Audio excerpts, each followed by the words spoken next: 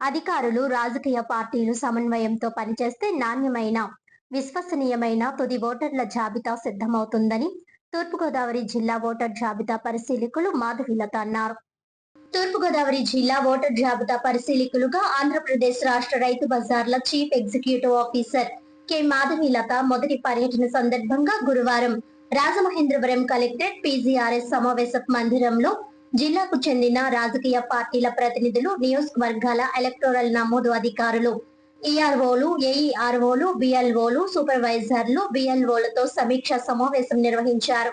ఈ సందర్భంగా కె మాధవీలత మాట్లాడుతూ ప్రత్యేక సమగ్ర సవరణ ఎస్ఎస్ఆర్ ప్రక్రియ గత కొన్ని నెలలుగా పారదర్శకంగా కొనసాగుతోందని, ప్రతి దశలో రాజకీయ పార్టీల ప్రతినిధులను భాగస్వాములను చేస్తూ పురోగతిని వివరిస్తున్నామని తెలిపారు. పోలింగ్ స్టేషన్ స్థాయిలో బిఎల్ఓలు, ఏఈఆర్ఓలు, బిఎల్ఏలు అందుబాటులో ఉంటే చాలా సమస్యలు అక్కడికక్కడే పరిష్కారం అవుతాయని, స్థానికంగా పరిష్కారం కాని ఫిర్యాదులను వాట్సాప్ ద్వారా నేరుగా తన దృష్టికి తీసుకురావచ్చని సూచించారు. ఏ ఓటు కూడా పోకుండా అధికారులు ప్రత్యేక శ్రద్ధ తీసుకోవాలని మాధవిలత ఆదేశించారు. అందుబాటులో లేని లేదా హాజరు కాలేని ఓటర్లను వీడియో కాల్ ద్వారా నిర్ధారించి ఆ ప్రక్రియకు సంబంధించిన పూర్తి డాక్యుమెంటేషన్ నిర్వహించాలని తెలిపారు.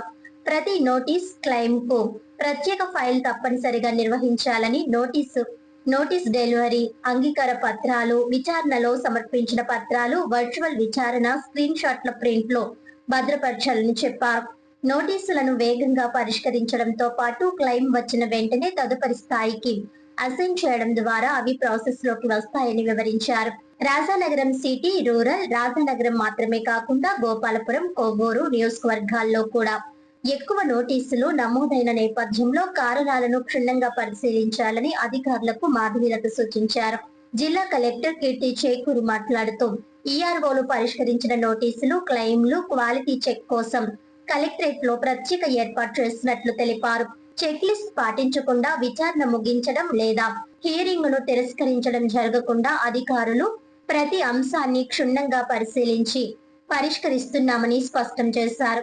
కొత్తగా నియమితులైన బిఎల్ఓలకు ఈఆర్ఓ స్థాయిలో శిక్షణ తరగతులు నిర్వహిస్తామని, ప్రతి ఏఈఆర్ఓ పరిధిలోని బిఎల్ఓ సూపర్వైజర్లు, బిఎల్ఓలకు తగిన అవగాహన కల్పించాలని సూచించారు. ఏఎస్టీ ఓటర్ జాబితాలను ప్రతి పోలింగ్ కేంద్రం, సంబంధిత తహసీల్దార్ కార్యాలయంలో అందుబాటులో ఉంచి ప్రజల అభ్యంతరాలు స్వీకరిస్తున్నామని, అదే జాబితాలను జిల్లా వెబ్సైట్, భారత ఎన్నికల సంఘం వెబ్సైట్లలో కూడా అప్లోడ్ చేసినట్లు తెలిపారు. నోటీసుల డెలివరీ, హియరింగ్ పూర్తి తర్వాత వివరాలను ఆన్లైన్ లో అప్లోడ్ చేయడం అత్యంత ముఖ్యమని పేర్కొన్నారు.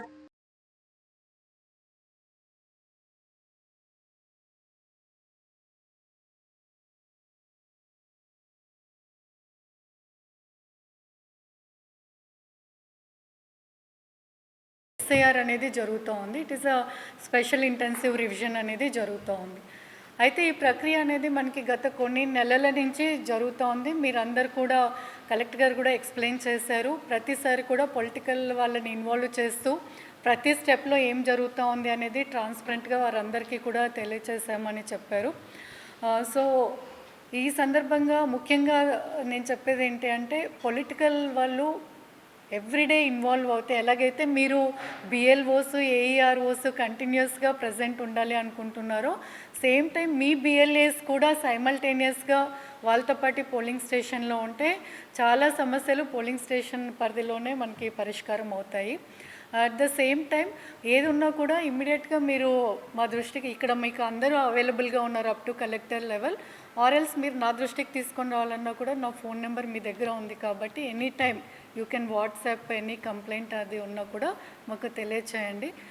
అండ్ ఏఈఆర్ఓస్ ముఖ్యంగా ఏంటి అంటే, ఈఆర్ఓస్ మనకి ఎలక్షన్ ఇయర్ కాకపోయినా కూడా this roll will have a very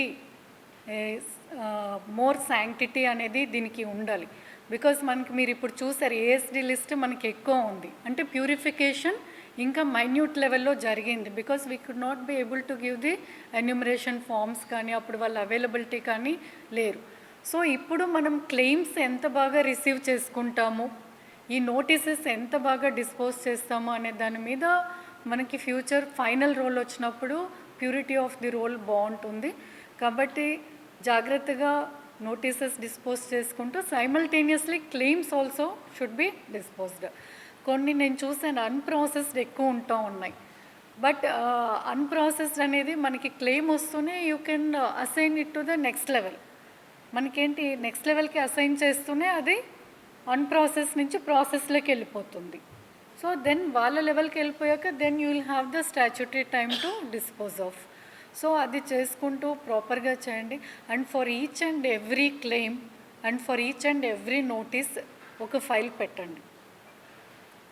మళ్ళీ బ్యాక్ మనకి ఎవరైనా ఎంక్వైరీ వచ్చా ఏదన్నా జరిగా కూడా that file should speak.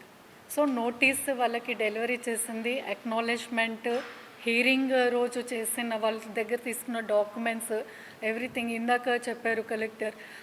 So if you are doing it virtually screenshot తీసుకోవాలి, అది ప్రింట్ తీసి ఆ ఫైల్లో పెట్టుకోవాలి. So for each notice and for each claim separate file should be maintain. And మనకి ఉన్న main sensitive constituencies means more work ఉన్న constituencies is Rajahmundry city, rural, Rajanagaram. But surprisingly సరే గోపాలపురం అండ్ కోవూరు కూడా ఎక్కువ నోటీసెస్ ఉన్నాయి కాబట్టి అక్కడ ఎందుకు వచ్చింది, వై దట్ సిచ్యువేషన్ అరైజ్డ్ అనేది కూడా ఒకసారి చెక్ చేసుకోండి.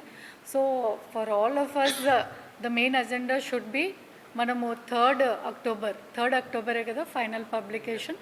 సో 3rd అక్టోబర్ ఫైనల్ మనకి రోల్ వచ్చినప్పుడు మనం అందరం పొలిటికల్ అండ్ అఫీషియల్ కలెక్టివ్ ఎఫర్ట్తో అది మంచి రోల్ వచ్చింది అనేది మనం అందరం అనుకోవాలి. Okay, thank you.